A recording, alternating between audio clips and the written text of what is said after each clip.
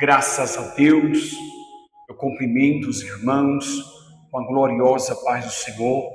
Hoje nós estamos aqui para apresentar para vocês a missionária Andréia, o cooperador Mike, que é o cinegrafista. Vem aqui, Mike, quero dar honra a quem merece a honra. Verdade. Eu bem sei que todo ser que vive louve ao Senhor. Quero mostrar a superação do que Deus fez na nossa vida, da nossa irmã Andréia. E todos os dias Deus vem fazendo uma construção na vida de todos, assim como fez na vida do Mike, assim como Deus fez na minha vida, Deus faz na vida de todos. Ainda há esperança na vida de todo aquele que crer que Deus pode fazer todas as coisas. Só que a gente não podemos ficar procrastinado, parado. Se Deus te chamou para grandes obras, para mudanças, você não pode deixar para amanhã o que você pode fazer hoje. E antes de a gente começar a fazer, aleluia, entrevistas, fazer perguntas, nós queremos fazer uma oração para ativar o mundo espiritual no início desse testemunho. Senhor, meu Deus e eterno Pai, juntamente com nossos irmãos que estão em comunhão, juntamente conosco aqui estamos em concordância, Pai. Através desse testemunho, que vidas, Pai, possam ouvir, meu Pai, desse testemunho, que vidas, Pai, possam, aleluia, entender que só o Senhor é Deus, Pai. Pai, através desse testemunho, Senhor Deus, que vidas sejam impactadas, que vidas sejam transformadas, que através de decisões que geram frutos de arrependimento, que nós ativamos o mundo espiritual agora. Nós oramos pela casa da nossa irmã missionária, que quando ela pregou da tua palavra, fala do teu testemunho, Deus guarda dos seus filhos, Deus guarda a tua casa, Deus guarda a cada situação na qual você tenta buscar o aperfeiçoamento. Deus também, nesse exato momento, guarda a casa do Mike, Deus guarde a todos que estão ali presentes, fazendo seus afazeres, que nenhuma retaliação sobrecaia diante deles, em nome de Jesus, porque nós vivenciamos um tempo de alegria, nós vivenciamos um tempo do centro da vontade de Deus, em nome de Jesus.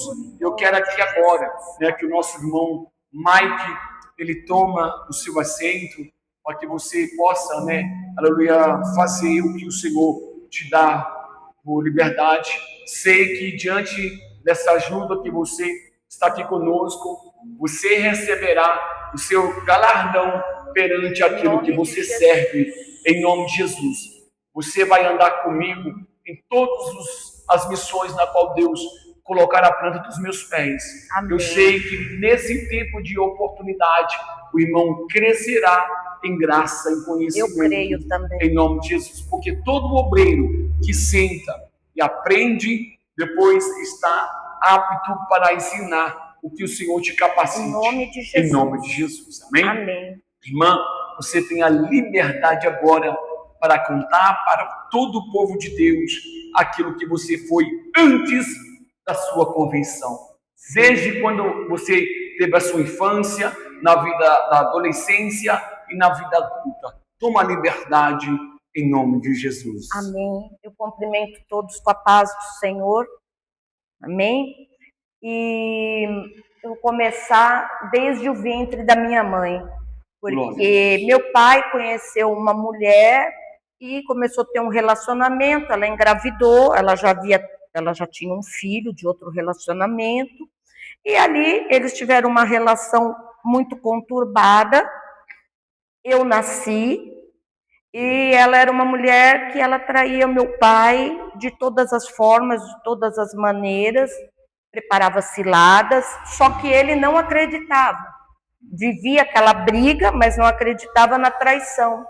Até que a minha tia, a qual me criou como mãe, mostrou para ele que ela o traía com o vizinho, tal, e foi aí que ele largou dela. E eu acabei ficando com ela, só que ela judiava de mim, ela me abandonava, bebezinho, para sair com outros homens, e me deixava com esse meu irmão, que tinha acho que 6, 7 anos, e até que ela chegou ao ponto de me vender.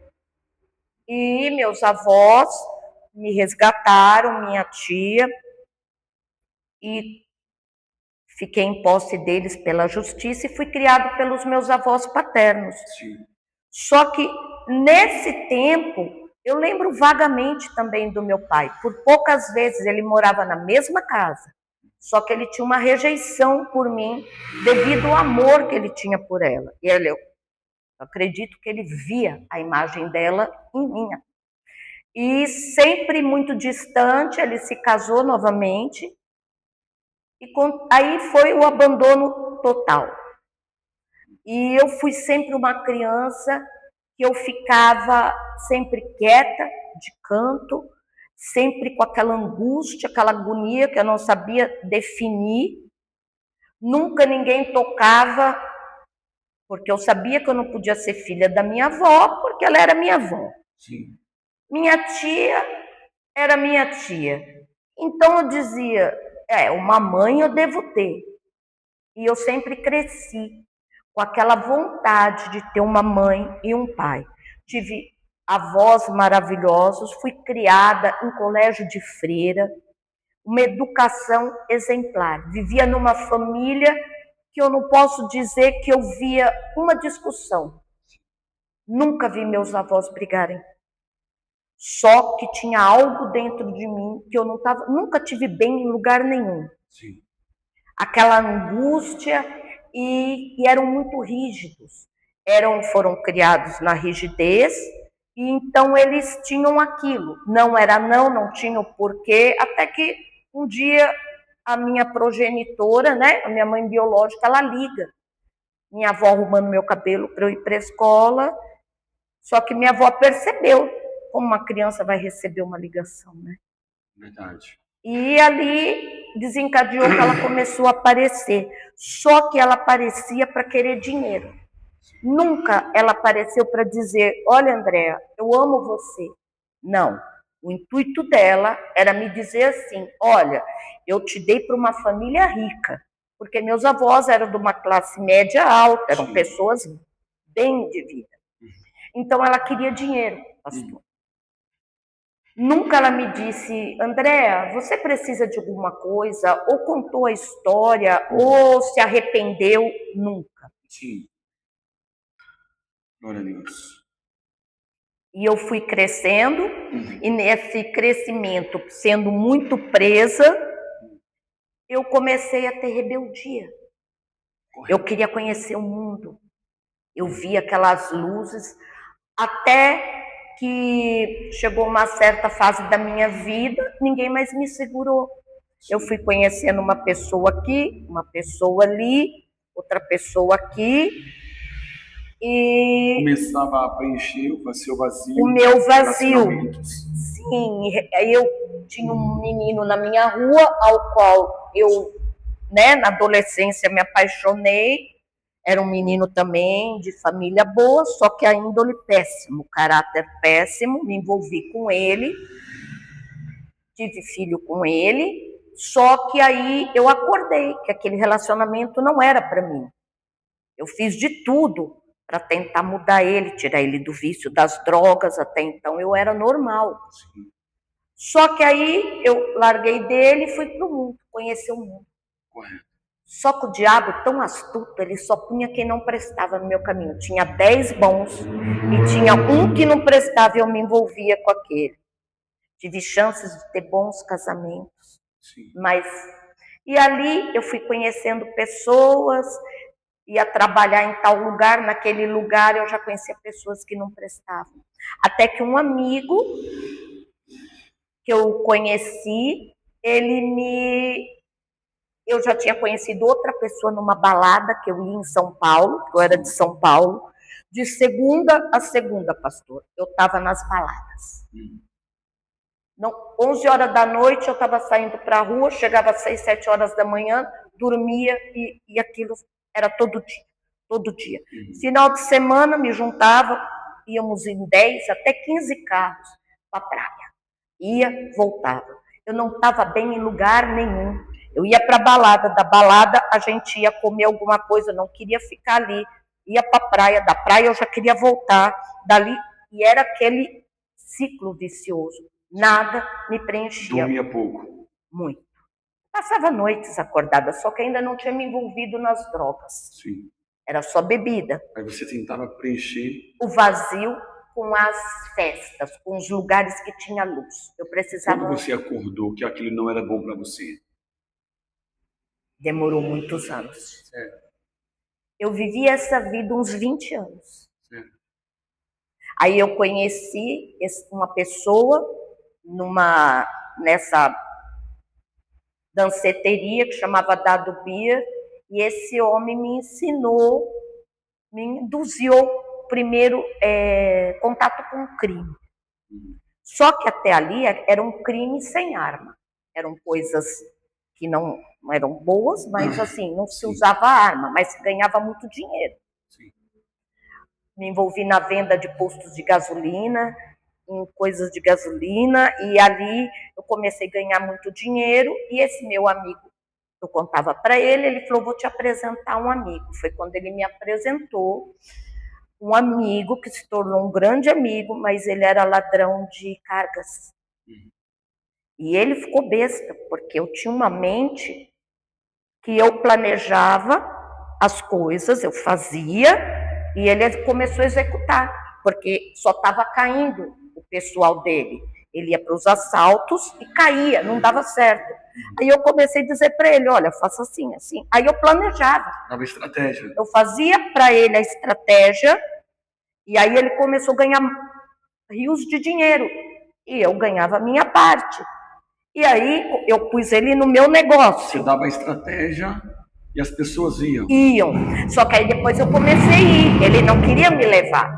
Porque ele dizia, vai sair tiro, lá é tiro, não é brincadeira.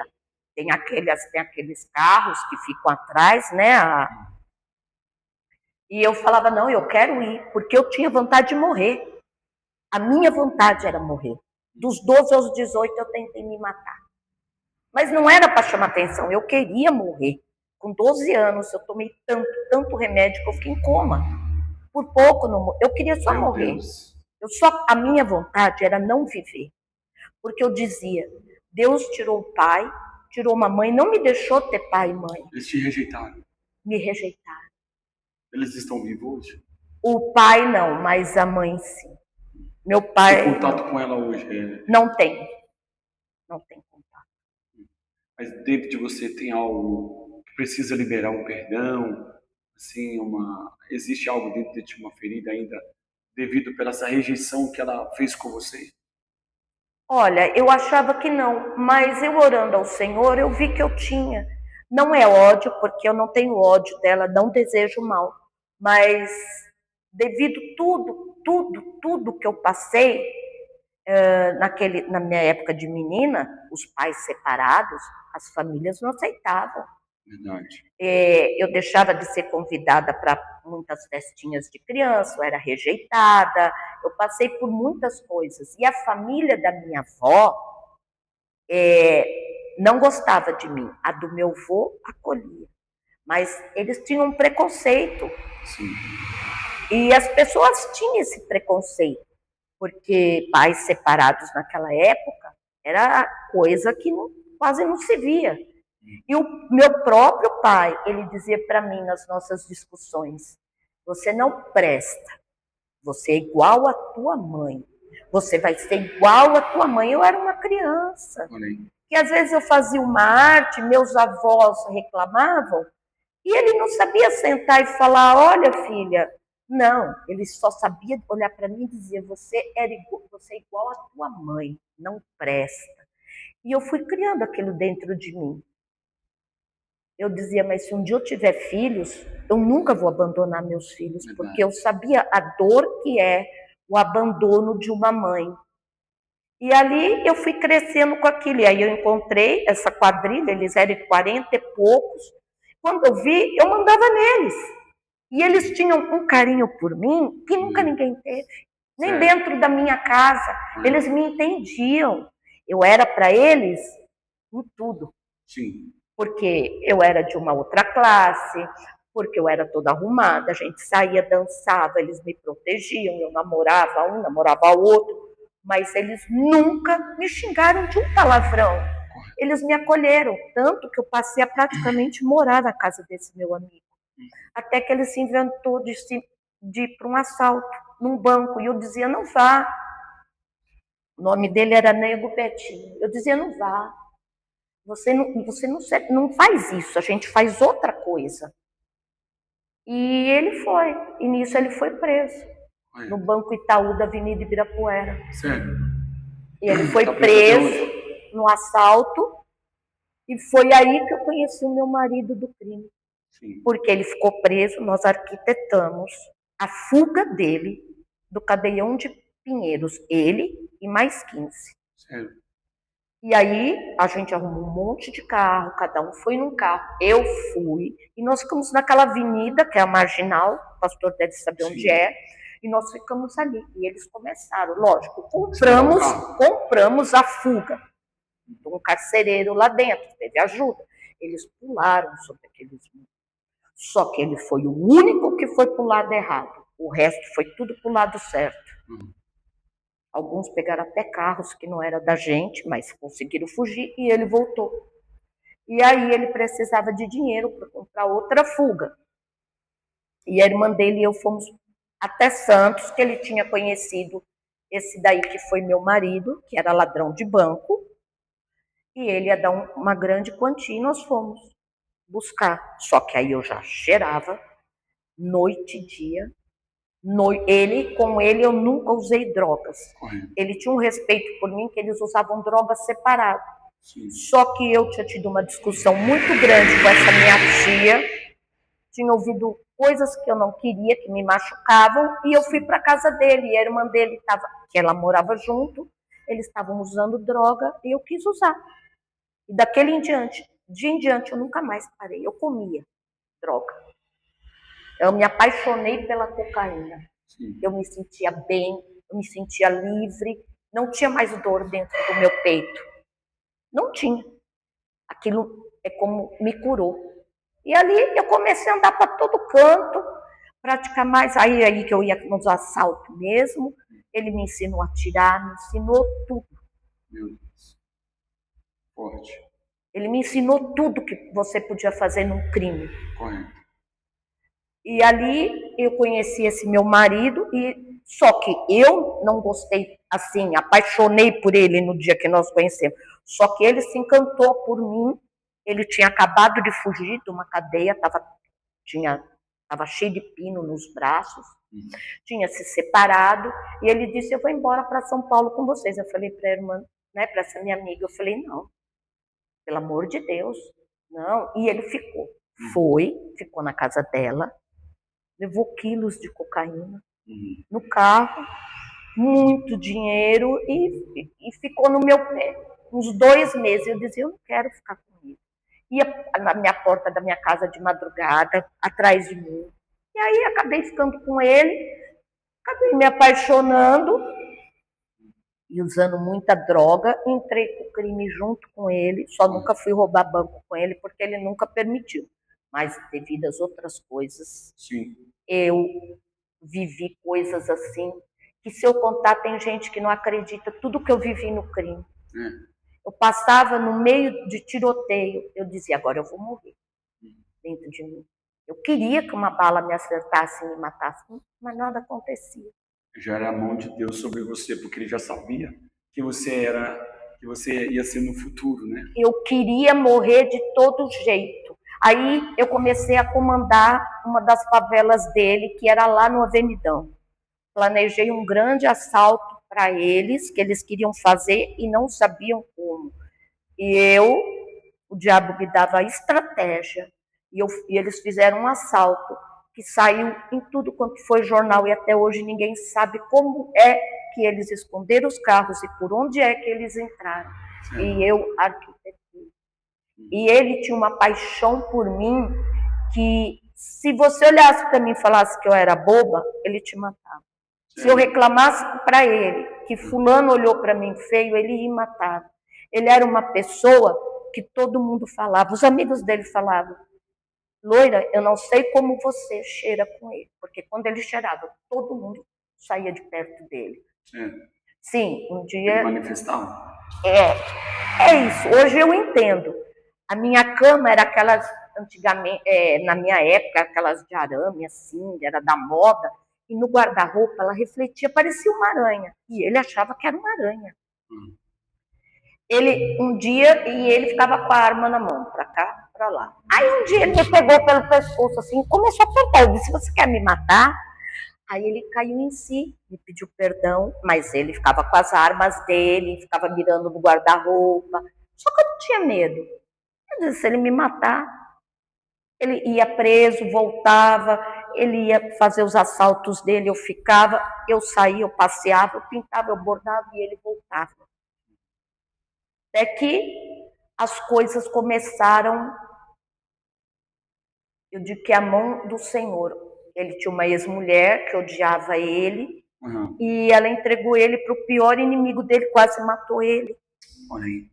E ele dizia: ela vai armar para matar você. E eu ia com ele na favela lá dele, tinha várias favelas em São Paulo, uma era o Avenidão, a Paraisópolis, lá no Grajaú, era tudo dele, em Santos. Então nós rodávamos noite e dia. Ele não podia, nem sequer, ele tinha 300 e poucos anos de cadeia. Ele era matador de polícia. Onde ele via uma polícia, ele matava. Aonde ele passava, ele matava a polícia. Porque ele odiava a polícia. Sim. E ele não tinha problema em matar ninguém. Eu vi ele matar 35 pessoas de uma vez só. Sério? Porque não obedeceu a ordem dele. Ele não tinha. Aí ele disse para mim um dia: 8 anos eu fui trabalhar para o tráfico. 8 anos. Uma criança. Sério? 8 anos. Com 10 anos ele teve a primeira morte dele. E ali ele foi criado nas favelas. Sim. Então eu penso, imagina uma criança de 8 anos ser posta para vender droga, para ser olheiro. Com 10 anos uma criança matar. O que isso não provoca? Verdade. Então ele era frio. Todo mundo dizia: ele sorri quando ele está perto de você. Nós nunca tínhamos visto ele dar um sorriso. E para mim ele foi uma pessoa maravilhosa. Ele nunca me maltratou. Olha. Ele mesmo dizia: para de cheirar tanto, você vai morrer. Porque ele cheirava desgovernadamente. Mas ele via que eu passava dos limites. Nós passava 5, 6 dias num hotel cheirando, na minha casa, em todo lugar. Eu só vivia se eu tivesse com droga. Senão eu dormia. Agora eu tinha que ser movida a droga. E só a cocaína. Eu tinha que usar cocaína. E ali nós fomos indo, até que ele foi preso. Saiu fugido. E aí ele teve que ir embora, porque as coisas começaram a se estreitar, e ele teve que ir embora do Brasil. Aí ele foi para a Bolívia. Só que mesmo assim, aquilo me dilacerou, porque eu ia com ele, ou ficava com meus filhos, ou levava os filhos junto. Eu não queria essa vida para os meus filhos, porque por mais louca que eu fui, nunca eu envolvi meus filhos em nada. Meus filhos nunca viram droga dentro de casa. Sim. Mas eu queria ir. Só que eu não queria levar meus filhos para essa vida. E aí eu tive que... Ele foi, eu continuei sendo a gerente de tudo, mandando aqui em tudo. Só que a coisa começou mais a estreitar. Aí tinha um parceiro dele, que era um dos sócios dele, muito bom. E ele dizia para mim: se você continuar vindo aqui, você vai morrer. Eles vão te matar. Que era esse que andava atrás dele. Mas Deus é tão bom que eles, ao mesmo tempo que eles queriam pegar, eles não sabiam quem era eu. A polícia sabia que havia uma mulher atrás dele, mas nunca soube que era eu. Sabia que era uma quadrilha, mas sabia que a cabeça, mas eles nunca chegaram a me pegar. Deus foi tão bom que eles não conseguiam. E eu tinha uma mãe, né, que era minha mãe tia, era advogada. O marido dela, que tinha paixão por mim, era advogado. Então, nesse ponto, eu também tinha um resguardo. Eu só aprontava. Aí a minha mãe me tirava. Ia parar em DEIC, ia parar, na época tinha DENARC, e ia parar em todos esses lugares, porque eu só aprontava. Eu batia de frente com os PM punham a arma na minha cabeça. Depois que ele foi preso, eu comecei a frequentar o Heliópolis. Já fiquei amiga do chefão do Heliópolis. Sim. Que ele é dividido, era um dono para cá e um dono para outra parte. Já fiquei amiga dele. Sim. Eu batia de frente, chamava Tico e Teco, eles me odiavam. Eles me levavam para a delegacia, minha mãe ia me soltar. Eu batia de frente, um dia eles me levaram para uma viela, me enfiaram dentro da viatura, botaram a arma na minha cabeça e disse que ele matar. Eu falei, mas eu que mais quero.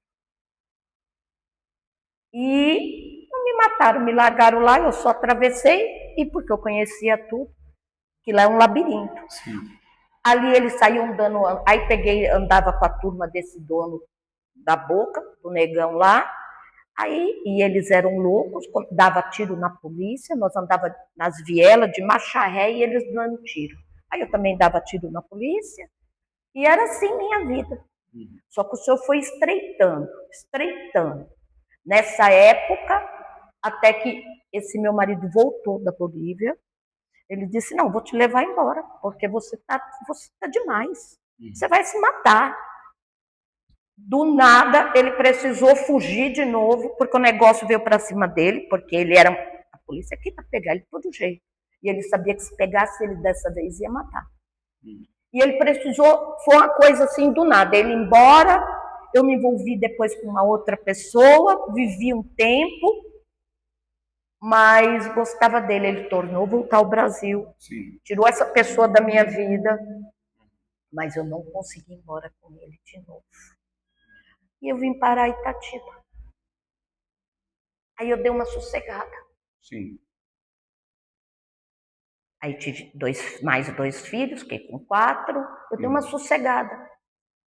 Minha mãe tinha casa no Parque da Fazenda, fiquei aqui. Só que aí eu me separei de outra pessoa e vim para a cidade. Aí comecei a pegar amizade. A irmã desse que era ladrão de carga veio morar para cá. Já comecei a andar junto com ela. Voltei a usar droga, voltei a andar com ela. E o engraçado, cheguei na casa dela, primeira vez, ela falou, vamos dançar? Eu falei, vamos, porque minha vida era dançar. Vamos. Na praça, eu bati o olho no moço, eu disse, é esse, ele é traficante. Eu pensei. E ele bateu o olho em mim, entrei para dançar, ele entrou atrás na balada. Em 15 minutos eu já estava com ele, usando droga, porque eu andava um saquinho de droga assim, todos os dias. Eu enfiava dentro da roupa, entrava nas baladas e usava droga à noite, até sair dali para outro lugar. E ali fiquei com ele, era bandido, traficante, se apaixonou por mim, eu por ele em Hortolândia. Aí começou, eu ia para a casa dela, ficava com ele, começou aquilo de novo. Aquele ciclo, né? Aí esse meu amigo estava preso, porque desde o roubo do banco nunca mais nós conseguimos resgatar, e várias tentativas, porque começou a cair tudo quanto era BO antigo dele, aí foi piorando, e falava com ele pelo telefone, voltei todas as práticas de novo. Só que antes eu ia e voltava para cá, depois eu já comecei a ficar. Caí nas drogas de novo, e fui para São Paulo, porque eles moravam perto da minha casa lá, que eu morava antes. E ela me chamou, falou assim, olha, vem que nós vamos para uma festa. Só vai ter bandido. E nós ali vamos ganhar muito dinheiro. Eu falei, tá bom. Só que ela já estava tendo surtos. Ela foi para a festa e esqueceu de mim. E eu vim para Hortolândia, só que eu não sabia chegar nem na casa dela. Me deu um branco, não conseguia. E fiquei rodando, não conseguia falar com ela, acabou a bateria do celular, voltei para casa. Ela foi parar no hospital. Foi um livramento. Aí ela desse hospital, ela voltou para casa, veio para São Paulo, uma veia da cabeça dela estourou. E ela ficou no hospital. Eu passei a noite cheirando, porque eles tinham um outro irmão, mas não era bandido, só gostava de droga. E eu fiquei lá no quintal da família dele. Era um quintal cheio de casinha. E nós ficamos lá cheirando a noite toda, até uma meio-dia. Aí eu falei, olha, agora eu tenho que ir embora. Nisso chegou a notícia que a cabeça dela explodiu e ela morreu. Eu vim embora. Ela cheirava? Ela cheirava há muitos anos. Muitos e muitos e muitos anos. E eu creio que Deus tirou ela da face da terra por minha causa. Eu falei, pá. Eu falei, eu tenho 4 filhos. O que é que eu estou fazendo de novo nessa vida? Me deu um estalo. É forte. Eu falei, não. Eu vou aquietar. Voltei, livrei das drogas, juntei o que eu tinha em casa.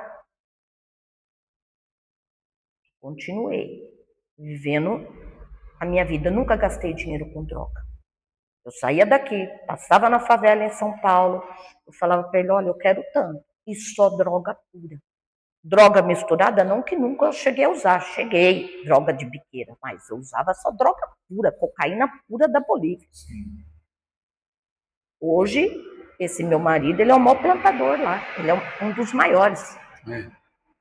E ele mandava, e ele falava, você vai, você pega. Só que aí, o parceiro dele foi assassinado, que era o que comandava lá. Sim. Ele é um dos grandes nomes do crime. E a coisa ficou estreita, porque eu era, queira ou não, eu era uma mulher. Verdade.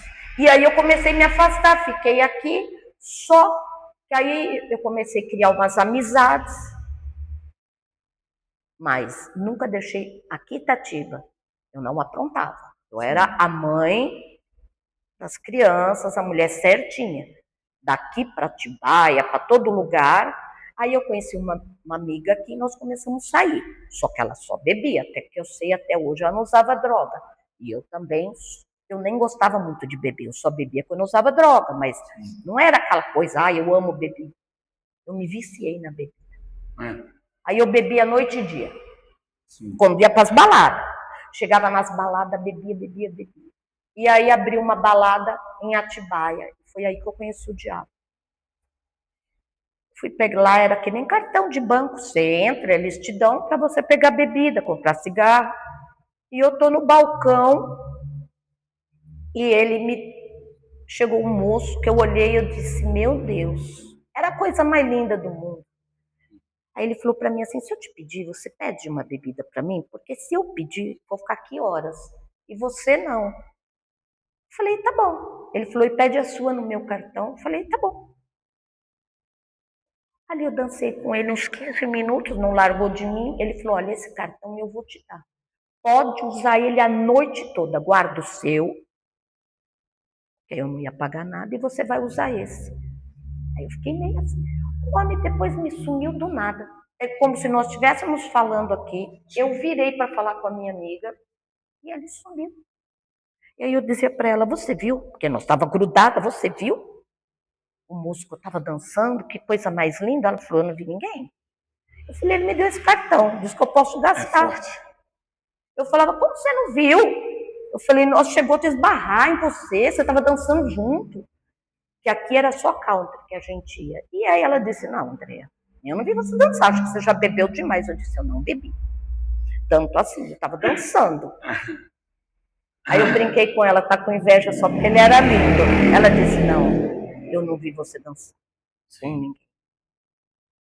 Eu já até achei que eu estava ficando louca, mas eu estava com o cartão na mão. Comprei cigarro, bebida, paguei bebida para todo mundo. Eu falei, vale mesmo, o cartão tá válido. Então não tô doida, porque o meu tá no bolso e eu tô com esse. E ali eu bebi tanto aquele dia, mas como eu nunca havia bebido, que eu saí. E aquele dia, ela sempre falava, ó, você vai dirigindo e eu vou voltar. Porque ela tinha parado de beber. Ela bebia 1, 2, 3 cervejas, acabou. Mas eu enfiava o pé na jaca. E aquele dia, eu bebi que eu atravessei.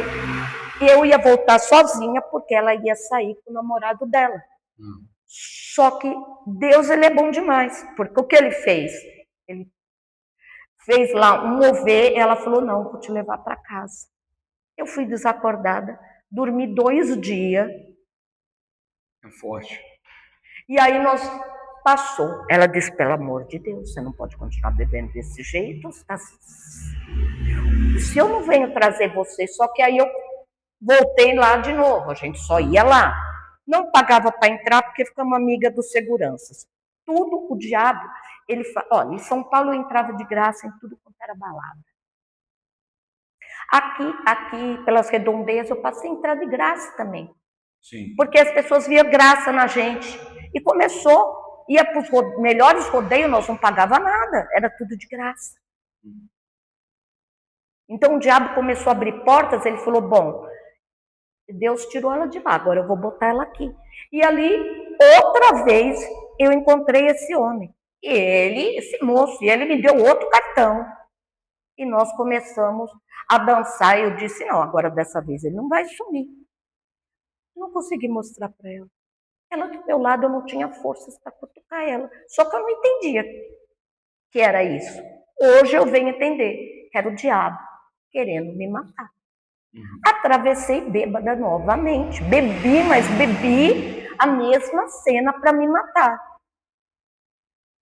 E dessa vez ela discutiu com o namorado e não saiu com ele. E me levou para casa. Então começou, as coisas na minha vida começou assim. O diabo não me matava daqui, mas me matava dali. Não queria. Ele armava estratégias para eu voltar para as mesmas coisas. E como que você chegou até Jesus? Após um sofrimento? Após grandes sofrimentos, porque através de eu beber, aí ela acabou achando um moço, se casou, e eu comecei a sair com outras pessoas. Só que essas pessoas já usavam droga, mas eu me fazia que não usava porque eram parentes dela. Deus fechou as portas para mim. Fechou. Já não tinha dinheiro, já não conseguia entrar lá para buscar o dinheiro para mim, desse meu marido. A gente perdeu o contato. Uma época, não tinha mais aquele número para ligar, para falar, olha, eu quero dinheiro, me manda, ou dá ordem lá que eu vou buscar. Já a favela já não era dele, mas para entrar lá dentro, nem ele entrava porque eles queriam matar ele, então ele só comandava. Então, se eu fosse, eu ia morrer. E aí eu não ia para lá. Esse rival procurava ele. Exatamente. Até que ele matou a ex-mulher dele. Desnovou. Um amigo dele me mandou o vídeo. Eu nunca vi aquilo. Ele fuzilou ela com um fuzil. Não sobrou parte do rosto nenhum. Ele destruiu ela. Disse que o ML catou de pá. E ali... Foi essa aí que entregou ele pro inimigo dele. Na verdade, ela era amante dele, desde que ele estava preso. Só que aí ele largou dela, aí fica aquela coisa, né? Aí ele continuou lá, ele vem para o Brasil às vezes, mas... Sim. Aí eu caí numa depressão muito grande. Eu caí numa depressão que eu não saía da cama. 1 ano chorando. Chorando. Porque era uma coisa que me trazia desde menina, foi a depressão. Sim. Eu sempre tive depressão. Mas nesse caso você não procurou uma igreja? Eu já tinha ido na igreja, que um senhor me conheceu aqui. E ele me levou para a igreja, me apresentou Jesus. Só que eu não conheci verdadeiramente o Senhor. Fiquei lá um tempo, já não usava nada, fiquei bem. Só que aquilo que eu tinha aqui permanecia, aquele buraco, aquela ansiedade, aquela angústia, aquele vazio. E eu continuei aqui, eu não ia para São Paulo, porque eu sabia que se eu voltasse para lá, eu ia cair na vida de novo. Pastor, de tudo que não presta nessa vida, eu já fiz. A única coisa que eu não fiz foi me prostituir. Mas de resto, tudo. Tudo que foi crime, tudo que podia arquitetar, eu fiz. Ele falava para mim assim, como você consegue ver? Porque eu via lá na frente. Eu conseguia Esse meu amigo que foi preso, eu dizia para ele, tem alguém, tá caindo as cargas, porque tem alguém aqui que tá caguetando vocês. Ele dizia, não. Eu falava, tem. Aí chamou com as ideias? Não, aí não. Aí eu disse para ele, vamos fazer o seguinte, eu montei 2 equipes, porque eles iam numa só. Aí eu falei, vocês são burros, vocês têm que ir em 2, porque uma fica num ponto, se der errado lá, essa pega a carga e vocês fogem, a polícia vai vir atrás de vocês e o outro vai pegar. Que tem aquela guarda armada, né, que anda no carrinho, porque tinha uns motoristas que eles davam a carga. E tinha uns que eles fingiam que ia dar e combinava com os da segurança armada. E um deles, da quadrilha dele, estava dedurando. E eu disse... Como você descobriu? Porque era impossível que a gente conversava entre a gente, chegava lá, eles estavam naquele ponto certo. E eu peguei os que eram mais antigos, nós se reunimos, eu falei, vocês vão ver que eu não estou mentindo. E eu apontei quem era. Ele falou, não, maior truta meu. Eu falei, não é seu truta. E aí foi que ele descobriu. Ele não apagou ele. Lá mesmo. Esse meu amigo da carga, ele não matava. Ele mandava os outros. Ele tinha pavor, ele não gostava de matar ninguém. Era no último caso. Ele não tinha prazer em matar ninguém. Ele me vendeu para você ver como é as coisas. Eu queria uma Blazer, era meu sonho. Eu tinha um Civic automático. Ele disse, eu vou comprar uma Blazer, eu vou te dar de presente.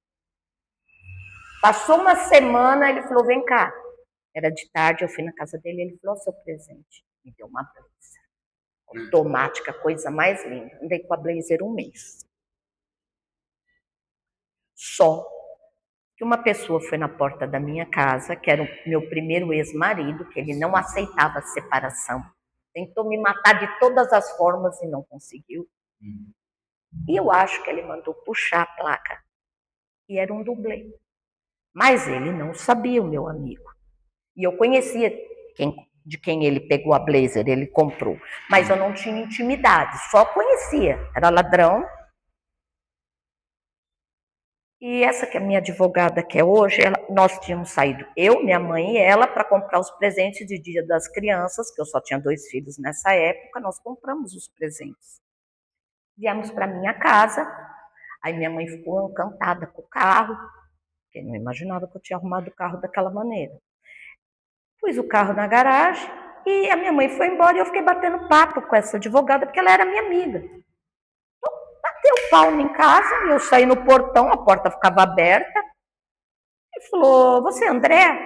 Assim, eu disse, sou. Ah, é a polícia, é o DENARC, é o DEIC. Aí eu disse, meu Deus. Mas eu achei que era por causa das drogas. Aí eu disse... Aí abri a porta, eles quiseram entrar, ele falou, de quem é esse carro? Eu falei, é meu. Ele falou, esse carro é roubado. Meu Deus. Eu falei, não, o carro não é roubado, não. Eu comprei, eu dei o meu e peguei esse. Qual era o seu carro? Eu falei, meu carro era um Civic, automático, vinho e tal. Ele falou, esse carro é dublê, nós estamos com a quadrilha presa. Quase eu caí do... Eu disse, não. E como é que você comprou? Eu falei, aí na hora veio, eu falei, mentira. Eu pus uma placa de vende no meu, aquela que escreve, a pessoa veio aqui e nós fizemos um negócio. Aí, como que é a pessoa? Eu falei, eu não sei. Foi uma coisa assim, encontrei no trânsito, a pessoa depois veio aqui. Olha que eu falo, o telefone na minha casa toca, eu estou sentada do lado no sofá e eles ali eram 6. Até o telefone atendia esse meu amigo. Aí ele brincava comigo. E aí, eu falava, oi, tudo bem? Aí eu meio fingi que estava chorando. Eu disse, você não sabe o que aconteceu? Disseram que o carro que eu comprei é roubado, a minha Blazer. Porque eu já queria que ele se tocasse. Vai que ele me aparece ali. Ele disse, Fique em paz. Fui levada para o date. E eu dizia, Débora, não conta para minha mãe, não. Não conta, não. Aí a gente foi. É forte. Fiquei lá. Olha, era de tarde, eu saí de lá quase 4 horas da manhã. A mesma pergunta 100.000 vezes. Eu contando a mesma história, eu já não aguentava mais. Sério? Só que aí, eu vi um deles. Aí eu disse, como que ele está preso há uma semana, se ontem eu tive na casa do meu amigo e eu vi ele lá? Ou é mentira? Eu falei, tem alguma coisa errada. E eu olhava e dizia, não, mas é ele que eu vi. Foi ele até que veio entregar. Que ele já estava preso há muito tempo. Há tempo. uma semana tinham pego a quadrilha. E eu já estava com o carro muito mais de um mês, porque eu já tinha ido viajar até para Ubatuba, fiquei lá 20 dias. Para Ubatuba não. Foi para outro lugar que eu tinha ido viajar. Aí eu disse, não, tem coisa errada. Aí eu olhava para ele, ele olhava para mim como se não me conhecesse. E eu disse, ele me conhece. Só que aí fizeram assim. Então você vai marcar com a pessoa que comprou desse carro que você comprou, você vai marcar lá no McDonald's da Tancredo Neves e eu vou ficar com você como se eu sou seu amigo para fazer a devolução e pedir seu carro de volta. Não.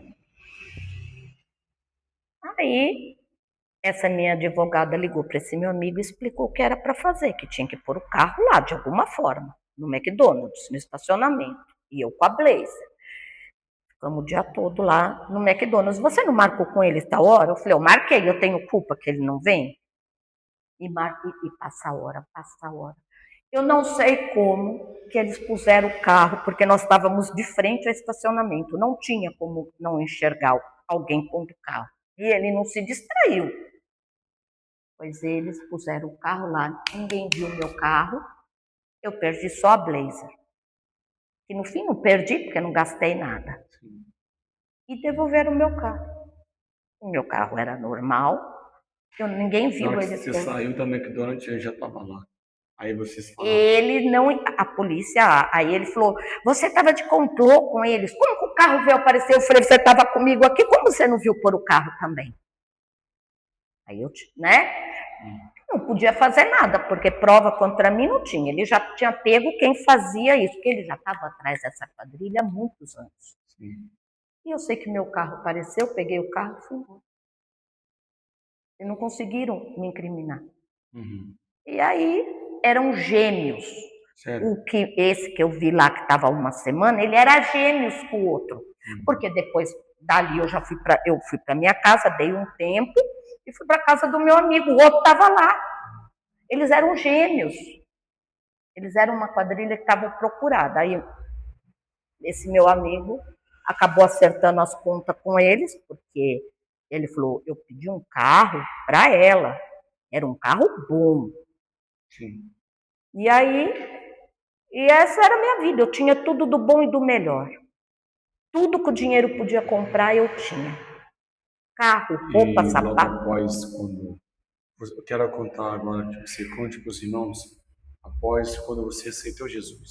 Então, aí eu caí na cama e fiquei mal. Sim. Aí eu dizia, para a igreja eu não volto, nunca mais. Porque alguém te feriu? Ninguém, eram os amores os irmãos da igreja. Era um amor. Esse senhor ia na minha casa, me visitava, eu dizia, olha, seu Elias, para a igreja eu não volto. Uhum. Não volto. Eu queria ser do mundo. Só que aí a coisa foi estreitando. Essa minha amiga que saía comigo, aqui de Itatiba, ela estava indo numa igreja. Ela disse, vamos comigo? Aí eu disse, não. Vamos, André. Aí comecei a ir. Aí fui parando de chorar, só que chegava na igreja, pastor, eu me derramava em lágrimas. Nunca fui acolhida nessa igreja. Nunca fui assim, sabe, quando as pessoas vêm, acolhem. Não. Eu fui só crescendo. Eu fui largando as coisas mundanas. Deus fechou as portas Aí eu já não tinha aquele dinheiro a rodo que eu tinha. Eu fumava muito cigarro, fumava, comia. Aí eu queria reconciliar com Jesus, mas eu tinha que parar de fumar, porque eu queria tomar a Santa Ceia. Aí eu comecei a crescer espiritualmente com 3, aí larguei o cigarro, numa luta. O Senhor me batizou com o Espírito Santo, que eu não sabia nem o que era isso, porque a outra igreja que eu ia não tinha. Era... depois eu lembro o nome. E ali eu fui batizada 3 meses com o Espírito Santo. Só que eu sempre tive comigo que o Senhor não gostava de mim. Que para mim não tinha mais jeito, porque eu já tinha feito coisas que até o inimigo duvida. Mas eu queria a salvação dos meus filhos, porque eu tinha descoberto que um dos meus filhos estava envolvido com droga aos seus 14 para 15 anos. Eu não queria aquela vida para eles. Então eu fui por eles. Mas eu tinha certeza que Deus não olhava para mim. Depois, hoje, eu entendo, eu assimilei que eu nunca tive pai, então o meu contato com Deus era difícil. Era como se Ele também não me amasse. E aí eu fui para os caminhos do Senhor, e ali eu fui, dia após dia, fui crescendo. Aí você passava pelo discipulado, que você sentava, era ministrada e você aprendia. Isso. Aquilo que você achava que era mentira, aquilo que você achava que era verdade, tudo... Começou a entrar na minha mente tudo que eu havia feito, que eu era errada, porque eu achava que eu era a pessoa mais certa, né, o que eu fazia. Sim. Eu não achava que era tão errado. Só quando estourava as bombas que eu ia parar, que as coisas fechavam, que a minha mãe tinha que ir lá me acudir, aí eu dizia, não, agora eu vou mudar, né? Porque pegou pesado agora. 3 dias depois eu já estava fazendo 10 vezes pior. Então, isso quando eu tentava mudar, ficava em casa, parava, isso no começo, mas mesmo assim das artes que eu fazia, eu parava. Aí eu dizia, agora eu vou me acertar. Aparecia uma amizade diferente do nada. Já fazia tudo errado. E por várias vezes eu tentei, só que o inimigo punha pessoas no meu caminho. E qualquer palavra, pastor, que me machucasse, eu já largava o certo e ia para o errado. A maioria das vezes era o meu pai, que pouco eu encontrava com ele. Mas poucas das vezes que eu encontrava com ele, se ele não falava para mim, ele falava para eu ouvir. Essa menina não presta, ou ele falava para minha mãe assim. Aí, agora tem 2 filhos. Ele desprezava os 2 netos. Ele nunca pegou os netos no colo. Ele falava, aí, agora tá aí com essas 2 tranqueiras, tá aí com essas crianças e você tá sustentando. O marido da minha mãe teve várias brigas com ele, botou ele para fora, porque ele amava meus filhos. Mas o meu pai, então, as coisas que eu ouvia faziam eu voltar para as coisas erradas. E depois eu queria ficar lá mesmo, porque lá eu era bem tratada. Pois pela sua persistência de estar indo na igreja, o que foi trazendo cura sobre você. Aí eu fiquei indo, todo culto eu estava lá. Fui crescendo. Só que era um pastor muito rígido ao máximo. Mas eu creio que era o que eu precisava naquele momento. E ali eu fiquei 7 anos. O nosso pastor foi de lá. Sim. E ali eu fiquei 7 anos. Ali eu fui levantada cooperadora, eu fui levantada diaconisa, aí eu saí por alguns motivos, fui para outra igreja, fiquei, só saí porque veio a pandemia, um pastor maravilhoso, pastor Sim. Leandro, um doce de pessoa. E durante esse percurso, o diabo me atacou de várias formas. Quando eu comecei a pregar, ele disse, ou você para, ou eu vou matar a tua família. Só que eu achava, tinha hora que era coisa da minha cabeça, só que eu nunca precisei que um profeta me entregasse. Deus sempre falou comigo. Amém. Ele manda o profeta e eu creio no profeta. Você começou a ter sensibilidade. Sim, porque aí eu realmente larguei as coisas erradas. Eu nunca mais voltei para trás. Sim. Do dia que eu entrei nessa igreja, eu tinha um namorado um ficante. Eu fui, terminei com ele. Eu comecei a fazer tudo certo. Eu disse, chega agora. Eu não quero meus filhos tenham essa vida. E eu estava arrebentada, eu estava quebrada de todas as formas. Eu disse, para mim não tem jeito, mas eles têm. E aí eu fui crescendo espiritualmente. Após todo esse sofrimento que você teve na sua vida sentimental hoje, você está na presença, você almeja a ter um novo relacionamento segundo a vontade de Deus para que você não fique só? Olha, eu nunca procurei ninguém. Quando eu comecei a caminhar, eu dizia, agora eu não quero ninguém na minha vida, eu quero me firmar. E eu tinha uma filha menina e eu tinha medo, né? Porque eu já tinha passado por muitas coisas, querendo ou não, tinha muitos machucados. E só que aí eu tinha um moço que ele gostava muito de mim, uma família esplêndida. Só que eu não consegui namorar com ele. Me deu um pânico e na hora H eu não quis. E foi assim, e aí eu me fechei para isso. E eu sempre queria fazer a obra, e fui crescendo. Só que aí, em 2019, eu passei por uma tragédia muito grande, que abalou a minha família toda, eu digo que hoje eu estou de pé porque eu tenho Deus. É como se eu tivesse uma estaca enfiada no peito, que eu sangro todos os dias. Mas por amor a Jesus, pelo que Ele me resgatou, pelo que Ele fez, e porque eu sei que só Ele pode mudar a nossa vida. Só Ele pode fazer grandes coisas, porque eu sei que da onde Ele me tirou, poucos saíram. Da vida que eu tive foram muito poucos. Hoje, para completar o seu ministério, hoje você tem aquela necessidade que, para completar, precisa de uma pessoa andar do seu lado? Olha, pastor, eu não tenho necessidade de ter uma pessoa do meu lado. Sim. Mas eu não via isso. Mas uma pessoa um dia me falou que uma mulher solteira não tem que estar no meio das casadas, no meio cristão. Ela me ofendeu grandemente, porque nesses anos todos, 15 anos de ministério, sim, eu nunca voltei para trás. Sim. Eu nunca usei droga, eu nunca quis beber, eu nunca quis atrapalhar casamento de ninguém, pelo sim, contrário, eu oro pelos casamentos, porque eu acho lindo o casamento.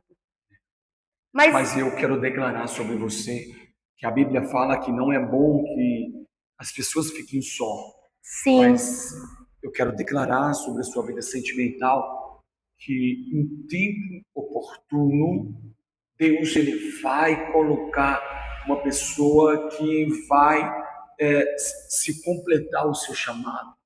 Sim. Eu quero que você comece a mudar hoje a sua forma de oratória. Que aquilo que você outrora lá atrás falava que não dependia mais de pessoas para o seu relacionamento, que o fato de você ter sofrido tanto com as outras pessoas, que você hoje, em Cristo, você não quer viver mais sobre sofrimento. Não, eu quero declarar sobre você que a pessoa que Deus colocará na tua vida vai cuidar de você.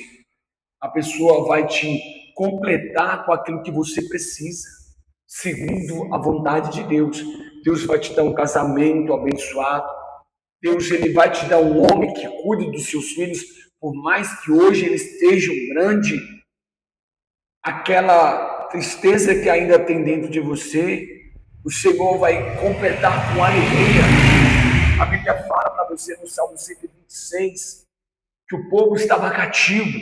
Ao ser eles libertos, eles começam a cantar cântico de júbilo ao Senhor. E eles começam a adorar a Deus. Eles passaram momentos de choro, cantavam chorando, mas depois teve alegria. Muito tempo, quando eles estavam cativos, eles estavam, aleluia, chorando, mas teve alegria.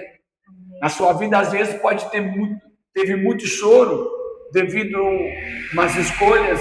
E hoje, quando você está em Cristo, vai haver alegria, vai haver multiplicação. Eu creio e recebo em nome de Jesus. Em nome de Jesus, que você nasceu para viver um extravar de Deus. Eu profetizo em nome de Jesus que você vai viver a totalidade da promessa que Deus tem na sua vida. Eu profetizo que toda maldição que foi lançada sobre você caiam por terra agora. Eu declaro sobre a sua vida sentimental agora que Deus vai colocar uma pessoa digna, que você viva tudo que você tem para viver. Em nome de Jesus, você a partir de hoje não mais vai andar sozinha, que Deus vai colocar um varão valoroso, um homem cheio do poder do Espírito Santo. Ainda que Deus não colocou uma pessoa com uma direção, que essa direção que Deus está usando na minha vida para declarar sobre você, que se concretize segundo a vontade de Deus sobre a tua vida. Agora, em nome de Jesus, que todas as rejeições que você recebeu até agora na tua vida, que o Senhor mande a multiplicação agora, e tudo agora seja consertado agora, e tudo seja solucionado segundo a vontade de Deus, em nome de Jesus. Amém. A irmã nasceu para ser feliz, a irmã nasceu para viver tudo que Deus tem na tua vida. A tua oração a partir de hoje vai ser diferente. A irmã vai começar a orar para a sua vida sentimental, para Deus mandar quem é para andar contigo lado a lado. Eu nunca orei pela minha vida sentimental. Começa a ter esse pensamento, labaia sépia, lavando de comum de calabandaia súpia. A partir de hoje haverá novos direcionamentos através da sua fala.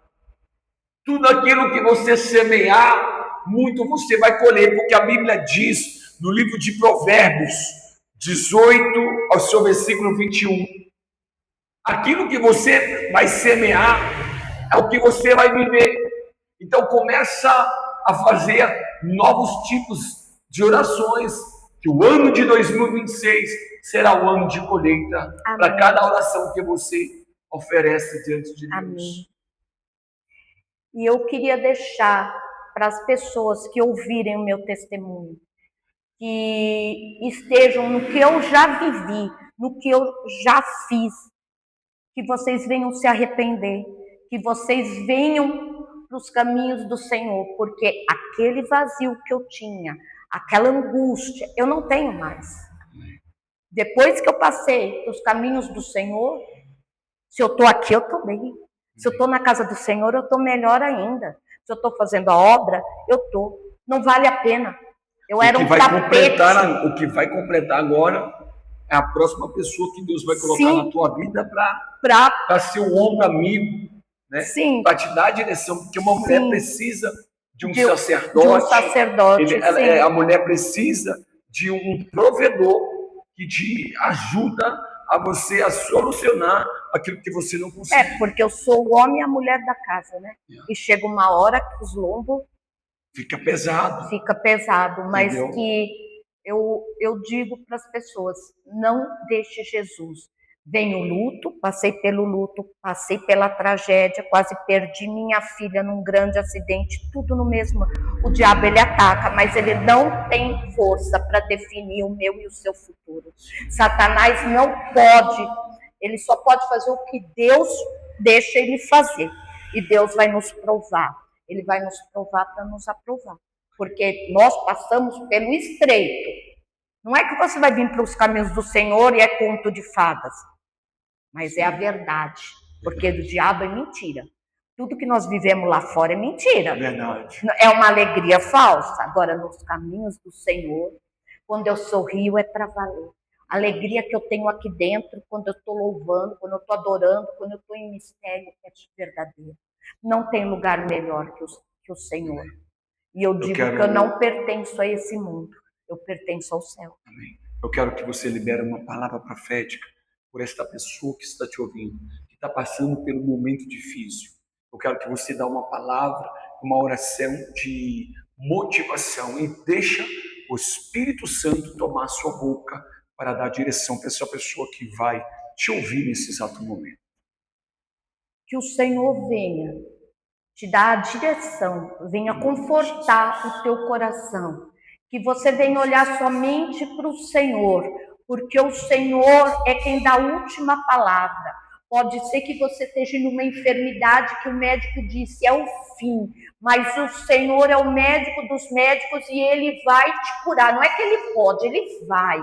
Pode ser que um ente querido seu, um filho seu, esteja atrás das grades, mas eu profetizo em nome do Senhor, com a autoridade que Ele me deu, que hoje o Senhor tira o papel que está embaixo, coloca em cima e o alvará de soltura é dado, porque o Senhor é o juiz dos juízes. Pode ser que você tenha sido acometido por uma depressão, você pode ter sido como eu, achar que o Senhor não te olha, não te ama, não te quer, mas o Senhor te ama, Ele te quer e Ele só corrige quem Ele ama. E há saída sim, há saída, porque o Senhor, Ele é vida, Ele cura, Ele sara, Ele restaura, Ele transforma, Ele modifica, Ele ressuscita vidas, Ele levanta o que está caído. E nesse dia de hoje Ele levanta você, para você caminhar, para você fazer a obra dEle. Te levanta, sai dessa prostração, porque quem te chamou não foi o homem, foi o Senhor. Ainda que olhem para você e não dê nada, não importa, porque a última palavra vem de Deus. Fica firme, não desista, não volte atrás, porque o Senhor é contigo, e eu profetizo que até o que tinha para dar errado vai dar certo na tua vida, amém? Jesus. E nós aqui encerramos esse testemunho e nós viemos aqui, aleluia, a fazer uma oração de agradecimento e apresentando a Deus que esse testemunho vai para quem precisa ouvir, em nome de Jesus. Sim. Pai, em concordância juntamente com a missionária Andréia, nós estamos aqui, Senhor, Jesus, para pedir que seja feita segundo a sua vontade, no nome de Jesus. Que esse testemunho venha impactar vidas, que esse testemunho possa acordar vidas que estão em trevas, que estão aí sob esse mundo babilônico, que jaz no maligno. Luz, Satanás Senhor, não tem poder na tua casa, luz, Satanás não tem poder para aprisionar a tua vida, no lamaçal da droga, no lamaçal da prostituição, no lamaçal das bebidas, no lamaçal daquilo que o mundo te proposiciona. Deus é libertador, Deus manda pessoas cheias do Espírito Santo para te orientar, para que você dê credibilidade no que o Espírito diz à igreja. Eu aqui agora, eu encerro abençoando a todos, em nome do Pai, do Filho e em nome do Espírito Santo de Deus. Amém. Você que ouve agora este testemunho, se inscreva no canal, deixe o seu like, ative o sininho e compartilhe para com todos. Em nome de Jesus. Amém. Deus abençoe. Amém. Graças a Deus. Nossa, eu estou tão nervosa que eu estou até suando. Amém.